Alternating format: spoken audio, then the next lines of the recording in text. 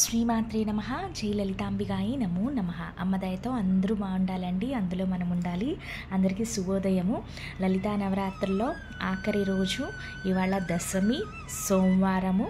ఈరోజు ముందుగా అమ్మవారు ఎర్రటి మిరపపండు లాంటి ఎర్రటి ఎరుపు పట్టు వస్త్రాలలో మనకి ఈరోజు దర్శనం ఇస్తున్నారండి.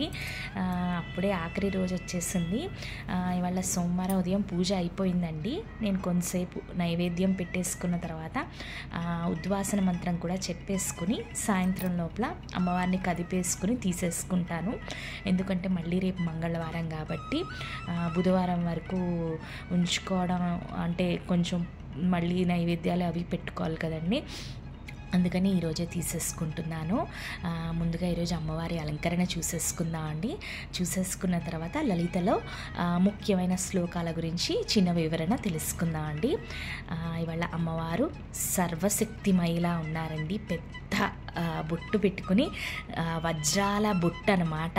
ఆకాశంలో ఉన్న నక్షత్రాలన్నీ ఒక చోట ఒక దగ్గర పెడితే దగ్గర ఆడిపోతూ ఉంటుంది కదా. అమ్మ మొహం కూడా ఒక వజ్రపు నక్షత్రాలలాగా దగదగలు ఆడిపోతున్నారండి.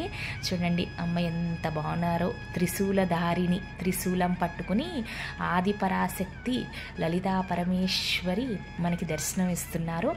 ఈరోజు మన లలితా సహస్రనామంలో ముందుగా శివయ్య అనుగ్రహం పొందడానికి, అలాగే అమ్మవారి కటాక్షం మన మీద ఎల్లవేళలా ఉండడానికి, అలాగే సర్వశుభప్రదం కోసము 3 లలితనామాలు తెలుసుకుందామండి. అవేంటో ముందుగా ఇప్పుడు మనం చూద్దాం.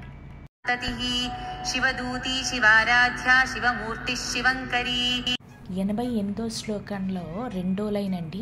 చక్కగా 11 సార్లు చదువుకొని పానకం నివేదించుకుంటే ఆ శివయ్య అనుగ్రహం మన మీద ఉంటుందండి. ఇప్పుడు లలితమ్మ అనుగ్రహాన్ని పొందడానికి ఏ నామం చదువుకోవాలో తెలుసుకుందామండి. శాంకరీ శ్రీకరీ సాధ్వి శరచ్చంద్ర నిభాననా. 43వ శ్లోకంలో మొదటి లైన్ అండి.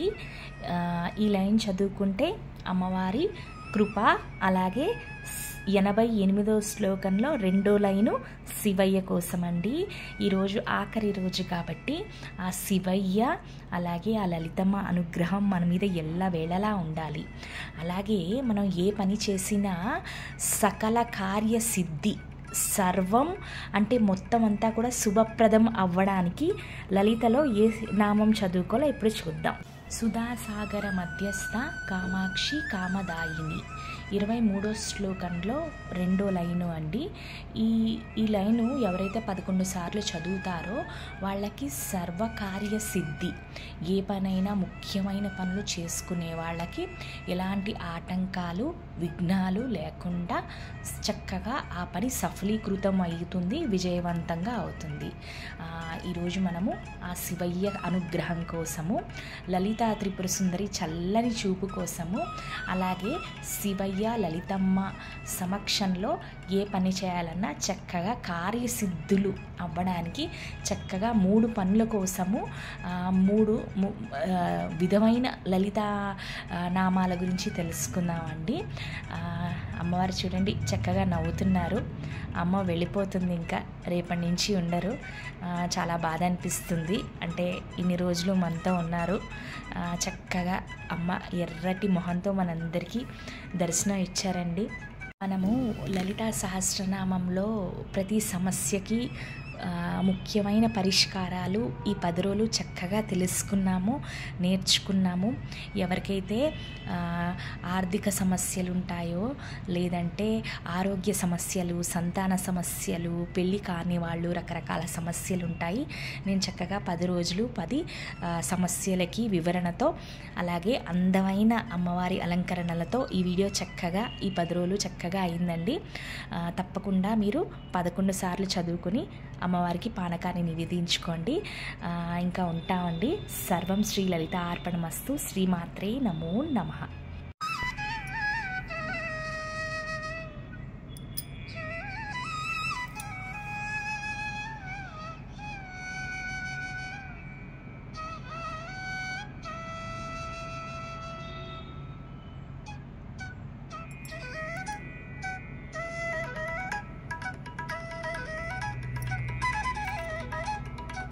శ్రీమాత్రే శ్రీమాత్రే నమః.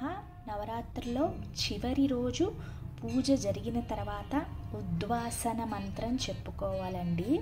ముందుగా అమ్మకి తాంబూలం నివేదించుకోవాలి.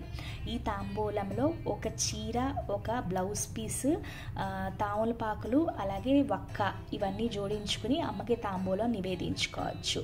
ఇది కుదరకపోతే బ్లౌజ్ పీస్ ఒక్కటి తాంబూలం కింద నివేదించుకోవచ్చండి. అది కూడా కుదరకపోతే ఆకు వక్క, మన మనస్ఫూర్తిగా ఆకు వక్క చక్కగా అమ్మకి తాంబూలం కింద నివేదించుకుంటూ మీరు పెట్టుకున్న పటమో లేదా అమ్మవారి బొమ్మో ఏదో ఒకటి చిన్నగా కదుపుతూ ఈ ఉద్వాసన మంత్రం వింటూ అమ్మవారిని చిన్నగా కదుపుకోండి. ఇప్పుడు ఉద్వాసన మంత్రం ఏంటో చూద్దాం. సహస్రపరమం దేవి శతమూలా శతాంకురా సర్వగం హరతు మే పాపాం దూర్వదుస్వప్ననాశిని జయ దేవి నమస్తుభ్యం జయ భక్తవరప్రదే జయ శంకర వామాగి మంగళే సర్వమంగళే. ఓం శ్రీ రాజమాతంగి దేవ్యై నమః లేదా ఓం శ్రీ దుర్గాదేవ్యై నమః లేకపోతే ఓం శ్రీ లలితా త్రిపుర సుందరియై నమః లేకపోతే ఓం శ్రీ వారాహీదేవ్యై నమః.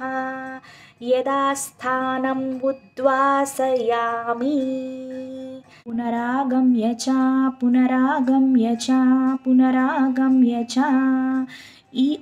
ఏ నవరాత్రులు అంటే సంవత్సరంలో మనకి 4 నవరాత్రులు వస్తాయి కదండి.